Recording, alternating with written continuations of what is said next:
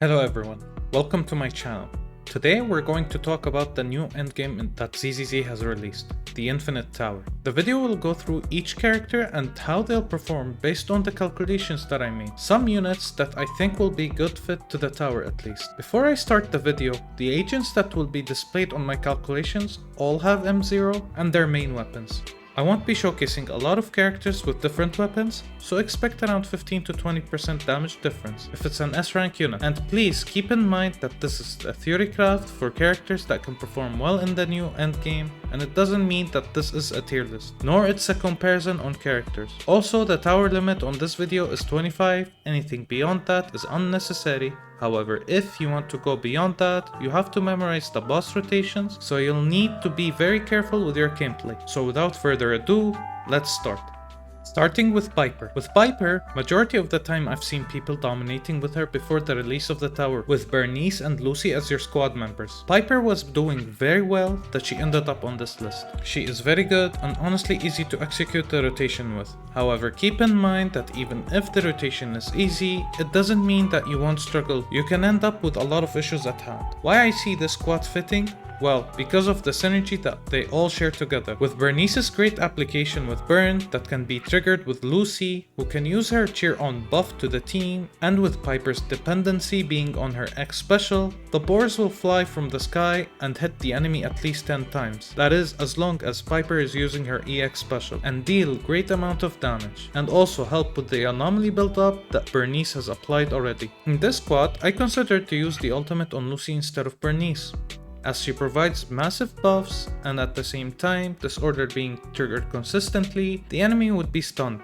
opening up more window to deal more damage on an enemy that can be performing on a higher level with damage, and at the same time clear with ease of mind. Team was performing very well whenever the boss wasn't stunned.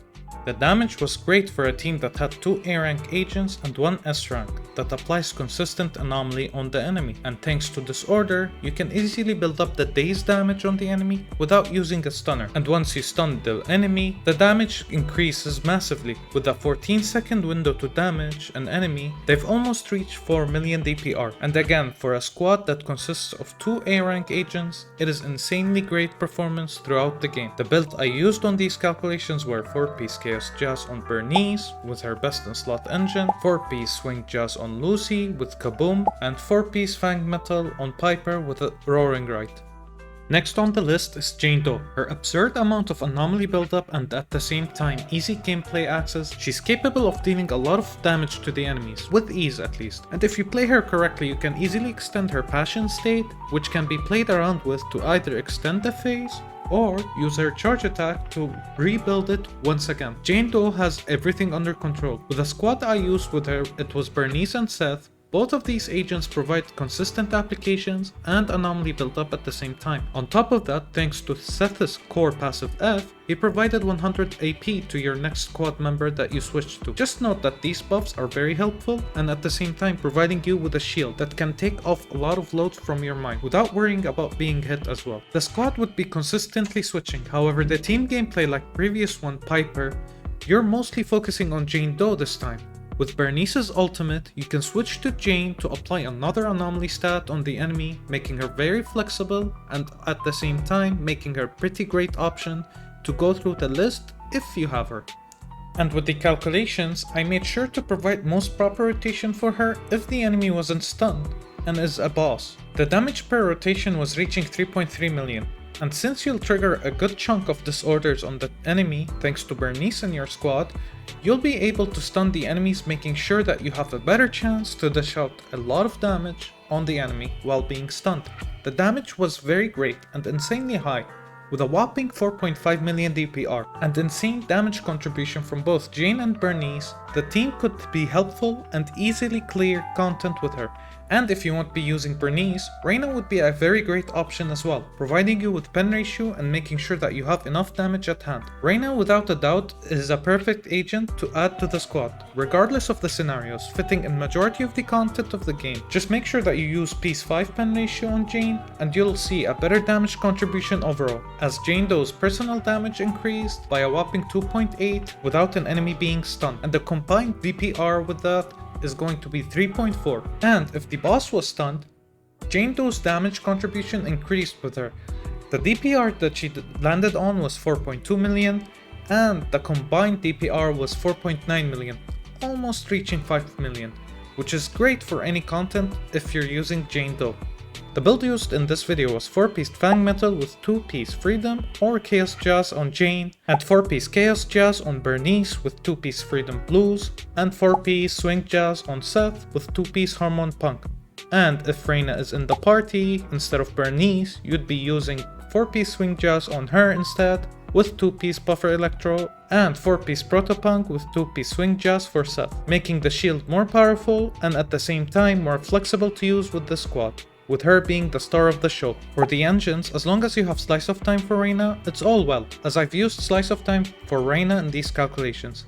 As for Jane, she used her main weapon, but if you have Electro Lip Gloss or Weeping Gemini, they would still perform well on her. And for Seth, Peacekeeper Specialized is his best option in this scenario as it gives energy regeneration and a good shield boost. And for Burnice, her main weapon is the best slot, however Fusion Compiler can be a great option with her, as well as Electro Lip Gloss or Weeping Gemini. Next we have the girl that took everyone by surprise, including myself, Yanagi. With Yanagi's release and testing, I can finally rest my case and say she's way better than I expected. For starters, her anomaly build-up helps a lot with triggering anomaly on an enemy, and with Burnice in the team, she can easily cause consistent disorder damage, or polarity disorder, and daze damage at the same time. Any enemy on site, Yanagi can easily destroy them with ease. In my previous calculations, I didn't consider the amount of times she would be applying her anomaly in this way.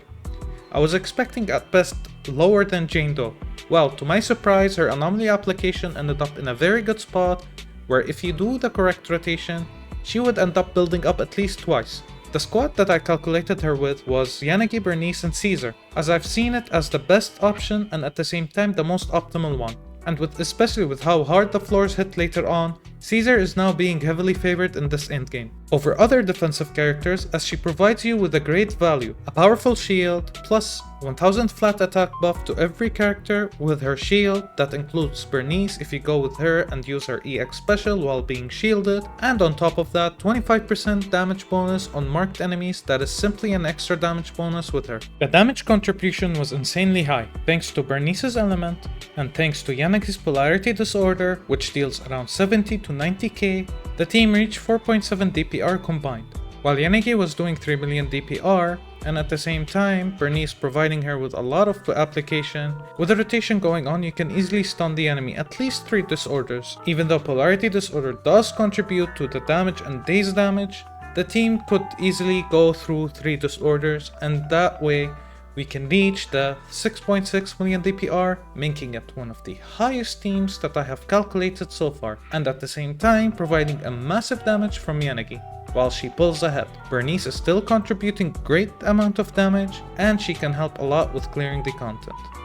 However, I know how expensive the team is, and I know that majority of the viewers will get angry at me. Just keep in mind that this is how Hoyoverse is. I also wished for an A rank agent that is performing even at lower standards than Burnice, but as long as they provide great application with anomaly, it would have been an exceptionally well. But if you have Burnice and don't have Caesar, the second best option would be with Rina.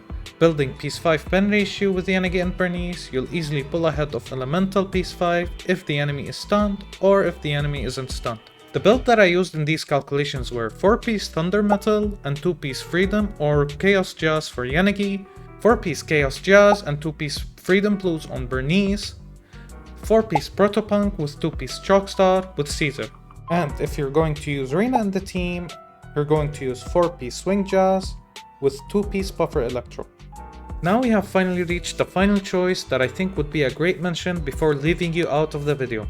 Yuan. Yuan, without a doubt, is a hard agent to execute her optimal rotation correctly. However, if you mess up once or twice, there are scenarios where you won't be able to dish out a great amount of damage with her. And at the same time, her only damage window is when an enemy is stunned.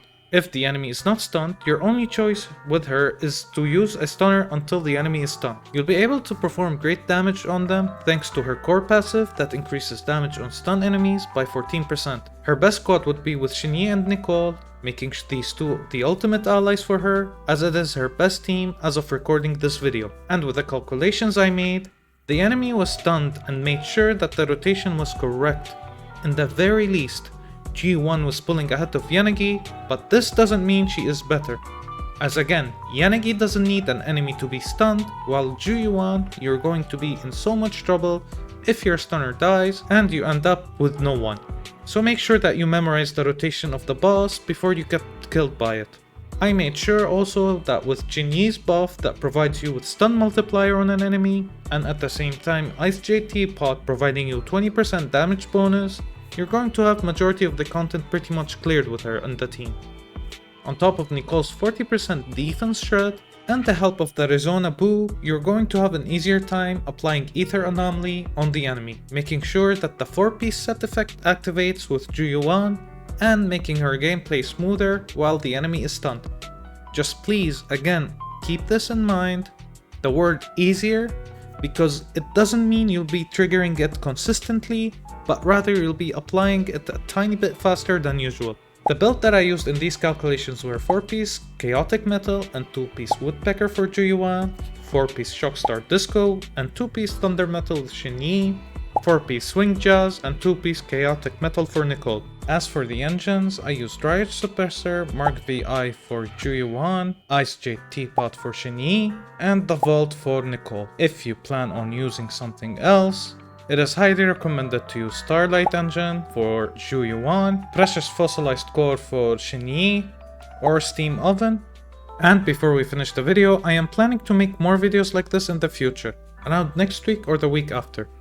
And I didn't want to add in more agents into the video, as I wanted to make sure that anyone watching it wouldn't feel like they're watching a long video and explanation of each squad and agent. But until I work on the next video, we have reached the end. Hopefully I've earned your subscription today. If I didn't, let me know in the comment section below if I said anything wrong. Also write in the comment section if you think I should do an A rank only team for the tower and showcase it here in the channel. I also have a Discord server, come join it and help me make a nice community. As always, thank you very much for watching and see you in the next one.